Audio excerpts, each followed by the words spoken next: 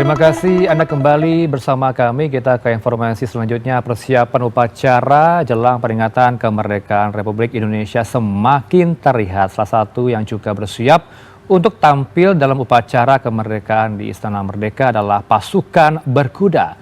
Menjelang penampilannya, para prajurit terus berlatih bersama kuda-kudanya dan juga memastikan kondisi kuda mereka tetap prima. Berikut liputannya untuk Anda.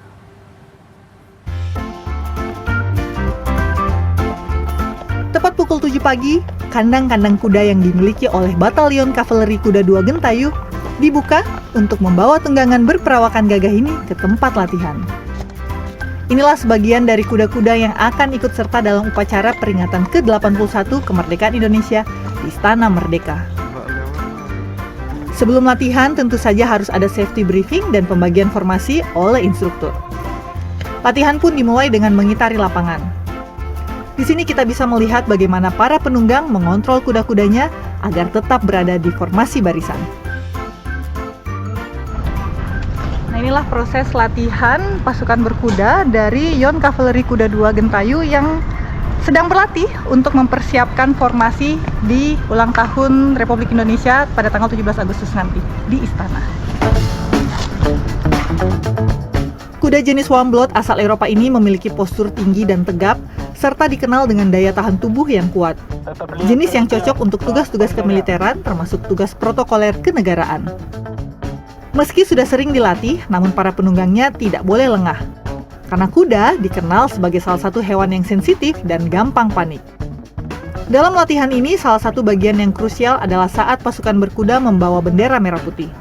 Sebagian kuda masih merasa panik saat melihat bendera, sehingga butuh ketenangan dan kontrol yang tepat dari penunggangnya. Melihat derap langkah pasukan berkuda yang gagah dan seirama ini, saya penasaran bagaimana kuda-kuda ini dilatih. Saya pun menuju ke tempat latihan yang lain di batalion ini.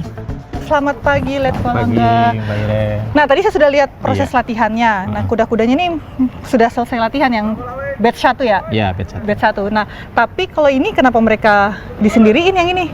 Mas Angga? Baik, terima kasih Mbak Irene. Jadi kuda-kuda yang ada di dalam pedok ini sedang dilaksanakan namanya longser. Longser? Iya, jadi untuk melatih langkah irama kudanya sehingga dalam kegiatan nanti dalam latihan itu sudah terbiasa dengan langkah yang seperti ini. Oh, nah ini juga sepertinya kudanya terlihat tenang, sudah cukup bonding dengan pelatihnya ya, penunggangnya. Jadi dalam kondisi satrian kita ini, anggota kita ini mempunyai tanggung jawab satu kuda satu rider. Satu kuda satu rider. Dia harus tahu mengenal kudanya dari mulai dikasih makan sampai dengan latihan dia harus mengetahui. Makanya dia harus bonding. Nah, ini kan berarti pondasi utamanya kuda ya. Ada seberapa penting pondasi ini buat kuda sih untuk berlatih langkah ini? Sangat-sangat penting sekali, Mbak. Karena dalam langkah kuda itu kan ada 3 jenis. Ada walk, jalan, trot, duduk ringan seperti biasa, kemudian ada namanya canter yang berlari. Nah, ini sangat penting karena langkah-langkah kuda itu yang kita ajarkan. Jadi pada saat mungkin materinya harus jalan, ya dia harus bisa jalan dengan baik. Harus trot, ya harus trot dengan baik. Kemudian canter ya seperti ini yang kita lihat nih. Ini langkah canter dia. Langkah canter. Gagah ya. Nah, seperti ini nih. Kalau untuk 17-an nanti Mas Angga, bisa dibocorkan nggak yang istimewanya buat formasi tahun ini dibandingkan tahun lalu? Akan seperti apa? Kemungkinan besar sesuai dengan hasil informasi yang saya dapat, nanti akan dibuat formasi 17 sesuai dengan tahun bulan kita, kemudian tahun, kemudian tanggal, kemudian tahun 81. Ada 81-nya. Ada 81-nya? Ada 81-nya. Dan pasukan berkuda yang akan terjun berapa banyak? Kurang lebih 110 ekor. Wah, itu banyak sekali ya. Dan 110 prajurit dari Resimen Kavaleri Berkuda semua sudah siap berarti tergabung dalam Resimen Kavaleri Berkuda. Excited, Mas? Sangat excited sekali. Excited ya? Iya, betul. Kita juga warga awam juga excited ya, karena setiap tahunnya pasti akan ada yang berbeda ya untuk 17-an, dan tahun ini seperti Mas Angga bilang formasinya akan lebih majestic ya, lebih luar biasa seperti itu. Saat berlatih, resiko terluka tidak hanya menimpa oleh penunggangnya, tapi kuda pun bisa terluka dan butuh perawatan agar tidak menjadi luka berkepanjangan yang bisa menyebabkan infeksi. Menurut Dr. Dimas Faiz Rabani, dokter yang merawat kuda-kuda ini, Merawat kuda militer ini tidak jauh beda dengan merawat kuda lainnya. Hanya butuh kehati-hatian karena ukuran dan beratnya cukup besar. Nah, ini sepertinya kudanya lagi di treatment ini ya, Dok ya? Ya, ini untuk kuda yang pasca trauma. Jadi ini ada luka jahitan, kita jahit. Kebetulan sekitar 5 jahitan kita jahit.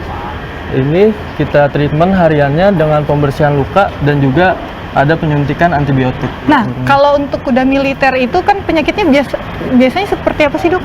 Kalau militer sebenarnya kalau penyakit kuda secara umum sama saja sama yang lainnya, tidak ada bedanya. Cuman kalau memang mengingat ini kuda militer yang intensitas latihannya setiap hari kurang lebih berat dan sering, jadi mungkin yang paling sering kita temukan adalah luka trauma.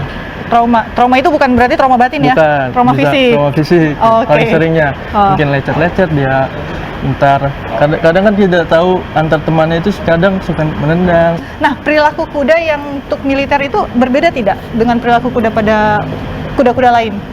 Kalau untuk militer itu sebenarnya sama saja, cuman mungkin karena pendekatannya untuk latihan jadi lebih lebih kalem, harus lebih kalem ya. Kalem dan lebih bonding lah sama ridernya itu. Iya, kalau gitu, ini kan latihannya mereka sangat intensif sekali ya, sangat intens ya. Ada diet khusus tidak untuk kuda? Oh, tentu saja kalau di sini sudah diperhitungkan itu sesuai dari berat badan masing-masing kudanya. Jadi diperhitungkan pakannya berapa kilo harus diberikan setiap harinya. Juga ada pemberian pelet juga, serta ada vitamin juga tambahan untuk mereka. Keterlibatan pasukan berkuda dalam acara-acara kenegaraan, termasuk upacara kemerdekaan Republik Indonesia pada 17 Agustus nanti bukan sekedar seremonial semata, tapi juga untuk menunjukkan jika pasukan berkuda pernah menjadi bagian dari perjuangan kemerdekaan Republik Indonesia. Irina Wardani, Dwi Agung, Jakarta.